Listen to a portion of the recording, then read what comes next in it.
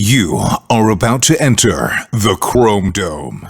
Alright, Chrome Domers, welcome back. It's the old bald guy. We're back in Star Wars Galaxy Heroes. Oh, what a day, what a week it's been for our account. My goodness gracious, so many things have happened. First of all, when we left off last Sunday, we were almost at 83. So we finished 83 and 6 days to 84, and we are now on the cusp of level 85 and all the excitement that comes from that. In addition, we hit 83, started on the Geonosian Brood Alpha unlock, which we'll go over very shortly where we're at with that. First off, quick update on the status. We gained 33,000 in Toon GP and another 17,000 in ships for a total gain of almost 50,000 again this week. Our fleet arena is moving up. Very competitive now. We've been able to crack top 5 several times. Top 10 is fairly easy if we're on at the right time. We do get pushed back down into the top 20 area. As you can see, I haven't fought today and I'm at 17. Once again, Galactic War is a auto run. It's really not a challenge anymore. It's just auto done. Exciting news for the legendary hunt. We have finished our 4th legendary, which is Padme, to go along with Palpatine, who we have 7-starred now, along with Grandmaster Yoda, who is also 7 stars, and R2-D2, who is 6 stars. Padme makes our 4th, and CLS will make our 5th, and we'll talk about CLS in a few minutes here. In addition to that, that Rebel team that we used to finish off Palpatine to 7 stars also was able to clear the first tier of the Rebel Assault battles, which was awful nice. Gave us a lot of resources, 1,000,000 credits, etc. Very, very helpful things. So going down here to our farming, farming has been moving along very quickly, and we're starting to run out of farm targets. So we have finished the Galactic War farm, we have finished the pretty close to finish the Squad Arena farm, almost finished with the Cantina Store farm, so things are really moving along. The hard nodes, as expected, are going to be the long straw in all of our farming, but we're moving up very, very quickly. As you can see, we have 6 stars on First Row Officer. He's actually 2 shards away from 7 stars. I just haven't bothered because I figure it'll show up at some point before we need it. Why bother spending currency on it? Doesn't really matter. We have stopped the Kylo Ren Cantina farm currently to work on Geonosian Brood Alpha, and Phasma hit 7. Palpatine hit 7 through the Journey Guide, which we'll talk about shortly, and everybody else is moving along. Houndstooth is up to 4 stars through our hard node farms, as well as Xanadu Blood is at 2. Slave 1 and TIE Advanced are both at 5. Geonosian Brood Alpha over here, we unlocked his node farm at level 83, so approximately 6 days ago.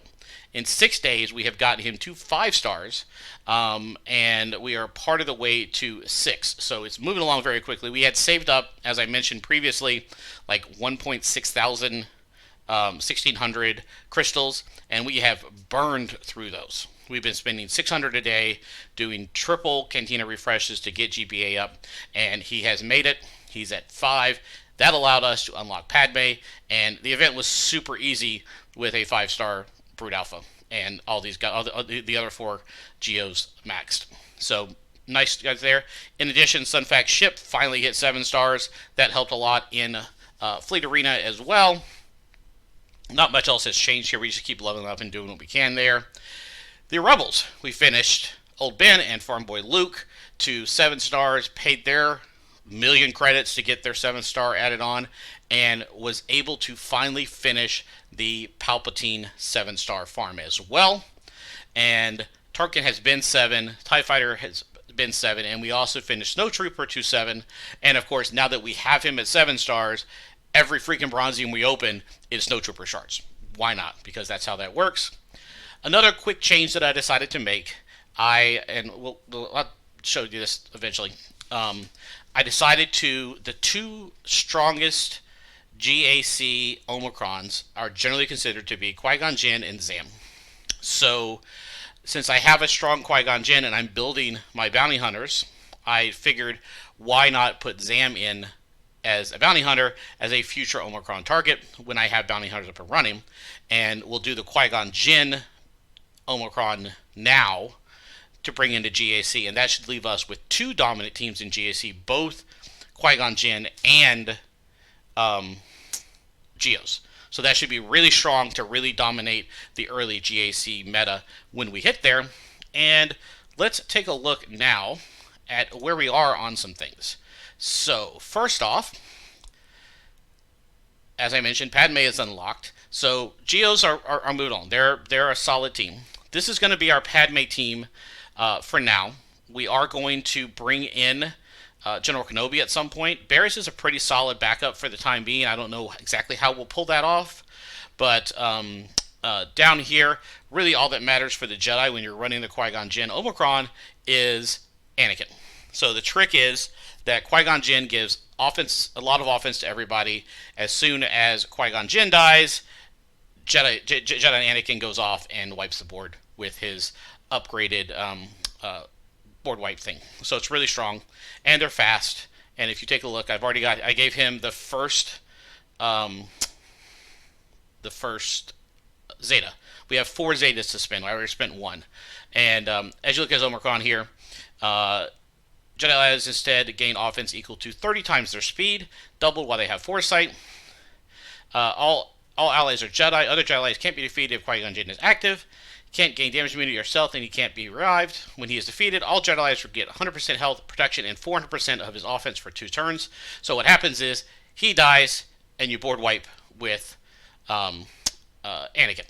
So that's the plan to bring him in. That's a really, really strong, very hard to beat team.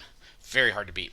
And so I just basically put 3 other Jedi that I didn't need and kicked Barris up here until we get General Kenobi to put into this spot right here, which won't be that long before that happens. It does weaken our Padme team, but we're spreading it out, doing all right with that. So this is the Rebel team that I used to get 7-star Palpatine. So you can see we were only 58,000 power. We had Leia was gear 8, Han was gear 8, Kanan gear 8, and so everybody was gear 8. Obi-Wan didn't even have all of his abilities. Neither did Luke Skywalker. Neither did Kanan. Han and Princess Leia had all theirs. And it was not an easy fight. I had to run the battle many, many, many times. But once I got to that point where I could do it, and because it's a pretty lengthy fight, and I got Obi-Wan to die first, I kept...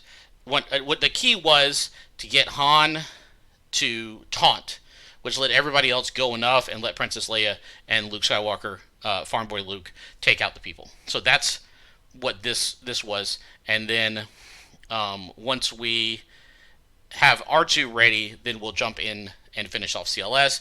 R2 needs 17 shards, or 18 shards for Vader to get there. So I need to find 18 more shards. I know where 10 of them are coming from.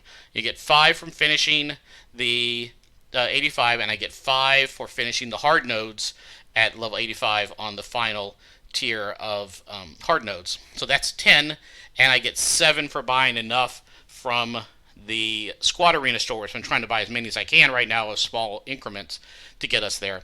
So that's 17, which puts us at 99. I have to find him one more time in the store. It's quite possible it'll happen before 85, right at 85. It might not happen for a week or 2 after. We'll see where that all falls. But once that's done, I'll get R2, and I need to bring these guys up to 85 because I want to get his. He is going to be one of our other Zetas. We'll go right here. Versus Massacre is really good Zeta, and I might probably go ahead and grab No Escape too, because Vader's going to be a very strong character for us long term. So there's no point in not doing that, and that's what we'll do. Put most of that into. As far as our other GAC teams go, obviously Commander Luke Skywalker comes in here with the Rebels. It's not super strong, but it is what it is. It's a solid team, but it's not going to be impressive. I still have to work on leveling up these guys. Grievous's droids, nothing happened on them. Nothing's happened with the First Order, because I still have guys to farm. The Bounty Hunters have Zam. Once again, I still haven't even unlocked Bosk yet, so there's a lot of still prep work to do. But the squad's shaping up for our first GAC run in a week. current GAC season ends tomorrow, I think it is. So we'll have a week break, I think, and then we'll start the new GAC, and I'll hit 85 just before that period. So we will have a special 85 unlock episode will be our next week, and we'll see exactly where we're at that point. And until then, OBG out.